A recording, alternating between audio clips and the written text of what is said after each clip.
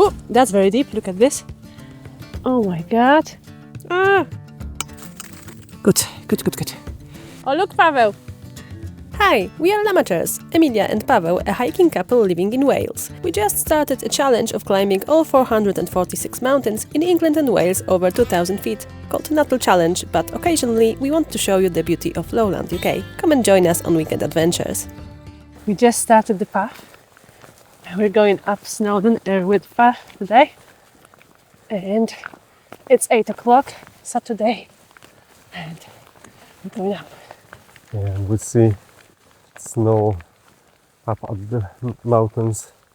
Yeah. We are excited. Yeah, so we're going not behind us, we're going over there. Phew, to the snow. But first things first, we parked at Rhyd Ddu car park, which surprisingly had plenty of space on a Sunday morning. But it fills up quickly, so don't be fooled. We paid a £5 for the whole day.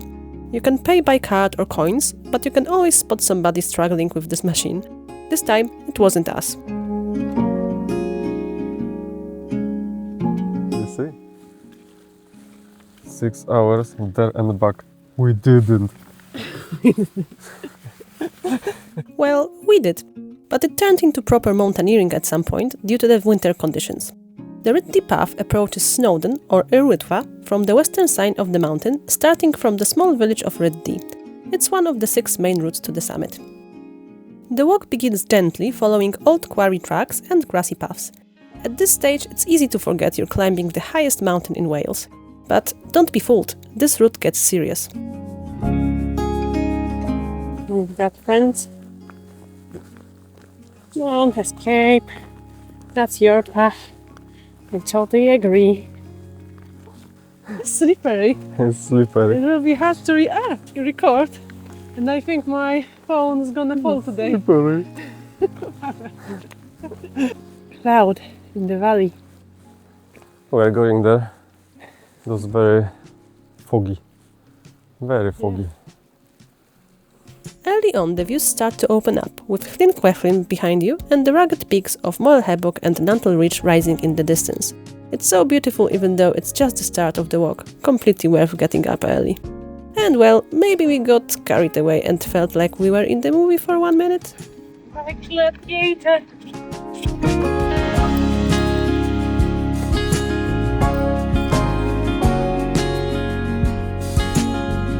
From start to summit and back, the route is around 12 to 14 kilometers with roughly 890 meters of elevation gain. Most walkers take 6 to 7 hours to complete it, making it one of Snowdon's most strenuous routes, but also one of the most rewarding, especially when you get to greet the day with a beautiful sunrise in a place like this.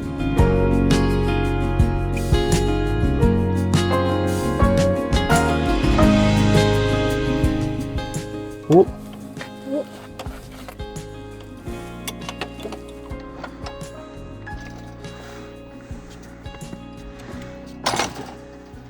Very wobbly.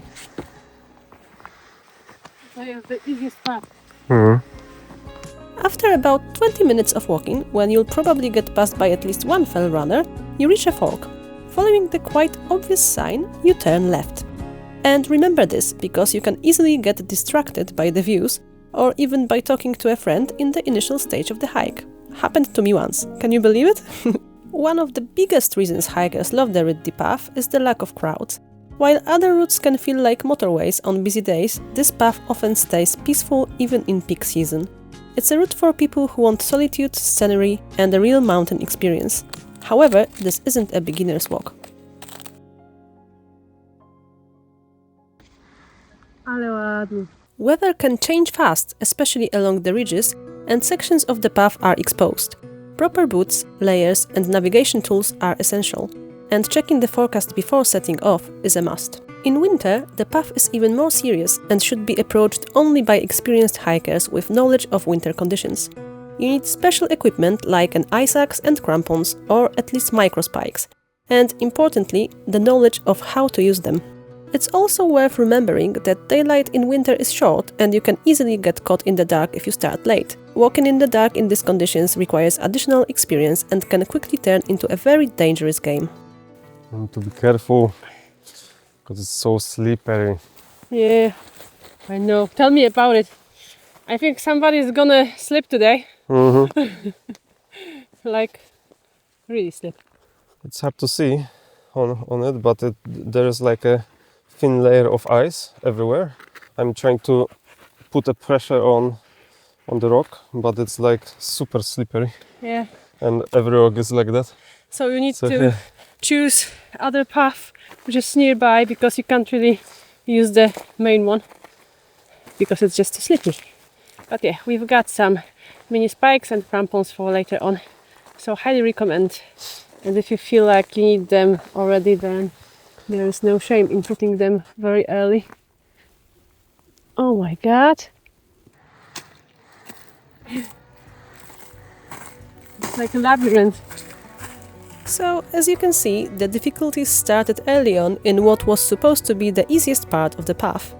It looks like we're having fun, but walking here requires a lot of concentration, and we really struggled to keep our balance. We made a mental note of it in our overall planning for the day and the summit. It's always good to have plan A and plan B in the mountains, and to change between them according to the conditions. At a certain point of the day, creatures come out of their cold. There's one thing that can't be taken by the winter. Bog. We just crossed our first bog. Be careful. Yeah. Because every time she is moving, this thing is going into my eye. That's always like that. I also have that. It's like dangerous, sticky, pointy thingy. And yet again. Yeah, it's a beautiful sunrise. But planning aside the Rhyd Ddu Path is perfect if you want a quieter, tougher and more scenic ascent of Snowdon, especially in summer. It's not the easiest way up, but for many it's the most memorable.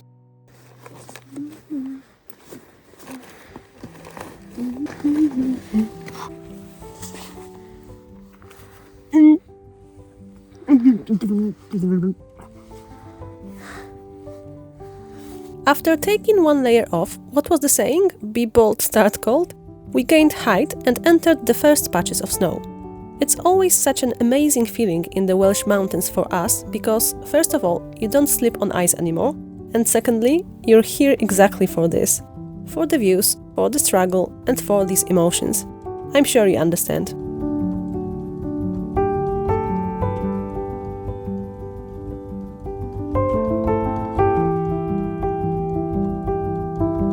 What can I say? Can't say anything. I can't compete with these views. And we're going to more snow over there. Oh, it's recording me probably.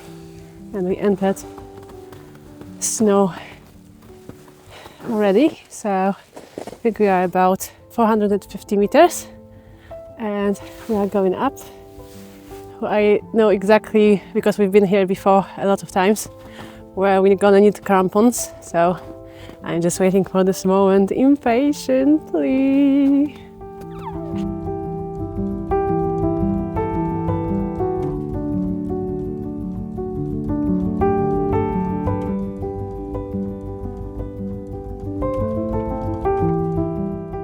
We found a group who's practicing ice axe arrest, which must be great over there. They're doing this over there. And they definitely have fun. It's a very good way to practice it in some easy terrain, just to not be surprised when you slip on the snow. Yeah. So yeah, it's very good to do it. And actually. It's nice to see that people are actually doing it, so yeah. Good on them.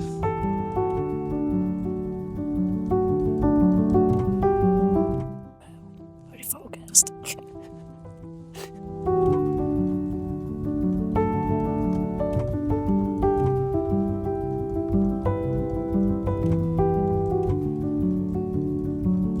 Snow is getting deeper. We are about 500 meters up. So, have a contrast. Really. Oh dear, we're going up. At this point, we got overtaken by one guy, and we were so glad we could easily follow his tracks, which meant less strain on our muscles. The snow got deeper and deeper, and being first on the path usually means you're the one creating it. It's very easy to get lost, even on easy terrain, because the path that's visible in summer looks completely different in winter, so bear that in mind. But also, following other people's tracks blindly isn't always the best choice. Always have your own navigation with you, and plenty of backups. Winter is beautiful, but also extremely treacherous, and conditions can change quickly. So, we are on 569 meters. My watch is calibrated properly. And we have very deep snow. Somebody fell here. Oh, it's over there. And we met a very nice group. I lost my microphone. So they are very kind and they found it somehow. Oh, that's very deep. Look at this. I didn't want to end up there. It's like to my hip. But yeah, so we are going in this beautiful scenery. And soon we will enter the fog probably. So we want to enjoy our eyes with the views as long as we have them. I'm not a very good filming person now because you have a lot of things to focus on, like not to fall into a hip deep snow hole. So yeah. Whew. We carried on and followed the group who overtook us earlier. It's the same group that practiced ice axe arrest lower down, and I'll meet them again higher up in even more demanding conditions. They're also the ones who found my mic. People in the mountains are so kind. These little interactions, even a simple hello, can change the mood of the day and restore good feelings about the world in general. But coming back to the snow. That's quite deep, you can see. Mm-hmm. Oh. And this is on the rock. Over here, it's like even deeper. So it was until here. Yeah. So nice. Watch your steps. Children. And watch your fingers.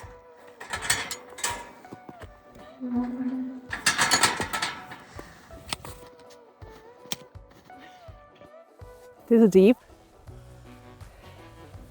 Can't see it, but it is. And I'm going with my shadow. And up 600 meters.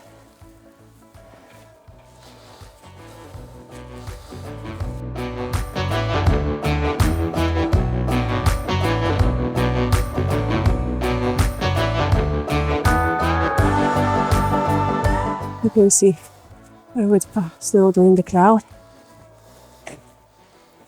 And the path leading to it. More popular one. And yes, we have some people ahead, which is good because we don't need to track this. And yeah, that makes us happy because Pavel has his abs injury and it's definitely helping him. So, yeah, and I think weather is changing a bit. So, probably see you in the fog. As you gain height, the path becomes steeper and rockier, and the sense of exposure increases. The trail narrows as it climbs onto Hillwalk Ridge, where the landscape suddenly feels alpine. From here, the views stretch across the Nantle Ridge, widely considered one of the most beautiful ridgelines in Snowdonia. But well, we were losing the views today, and that was fine. Still smiles on our faces. We are in a whiteout, almost. But there's no wind. Yeah. Which is unusual, because usually here it's like... No wind. And it's quite nice because it's not that cold. So it's nice. But yeah, we are losing our views. Yeah, I will show you. Yeah, it's milk. Yes. Only milk from this time. And it's starting to snow, so... From this point, only white everywhere. White. But yeah, we've got a little lake behind us, so it's still there. And this is our point. The last view. Last view, yeah. Exactly. But yeah, so yeah, as I said, on 800 meters almost, and we are approaching the slope, which we will need to put our crampons on. So far, snow is deep, but we don't need any spikes or crampons, which is good. We see some fresh snow, and it's not compacted, so it was definitely the last night or the day before. We are actually after Storm Goretti, so we are checking conditions.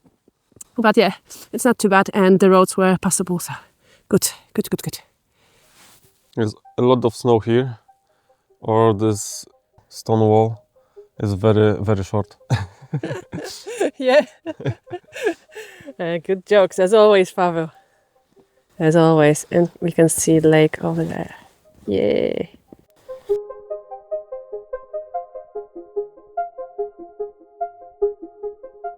Paweł is disappearing in the fog. We still don't have crampons on because we still are not on the slope. But we are on a kind of ridge. And the main path will be there soon.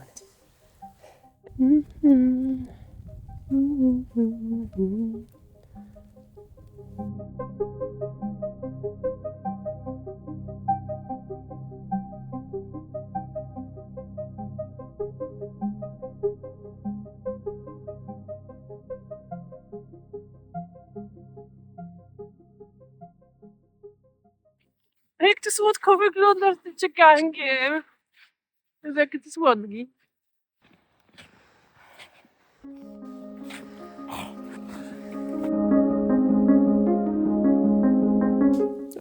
I didn't record it. Okay, so that's Paweł. Going in the snow. And that's me. It's funny because sometimes it's very deep. Sometimes it's quite thin, so you need to be super cautious and you need to be very careful with the cornices because you can just be on the wrong side of the snow. I can say that. Oh, look at this. Oh, look, Paweł. So that's our path.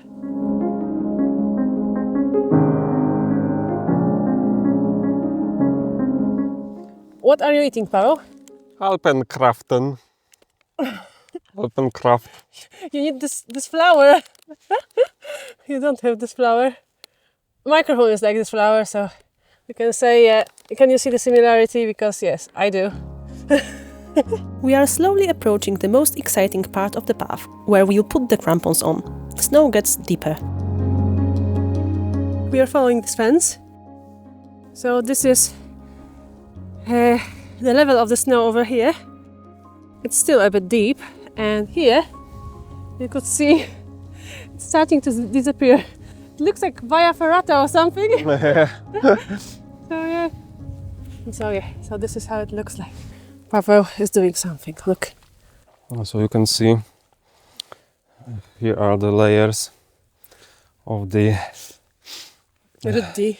Ddu. So you can see the layers of snow. And here you can see one layer, and here is a second layer. And here, if you look, are different layers also. That looks very creepy. And here, if you connect those layers, then you have avalanche. You have avalanche of smile. Thank you very much for attention, and thank you very much, Paweł. How much? 2 pounds.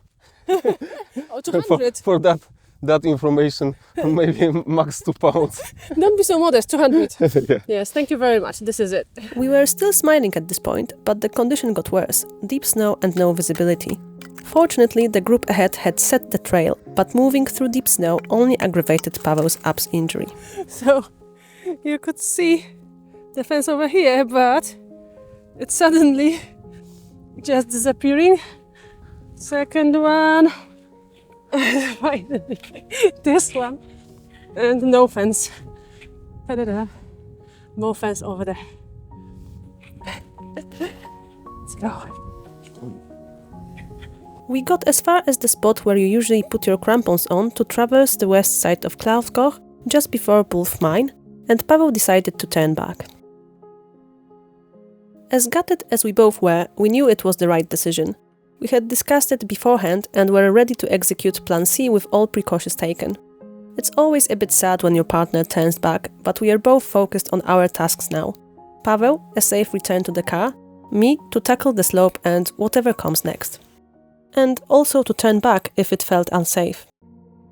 Did I get to the top of Wyddfa or did I turn back? Make sure you're subscribed to the channel to find out in the next episode as I continue solo to the summit in full winter conditions.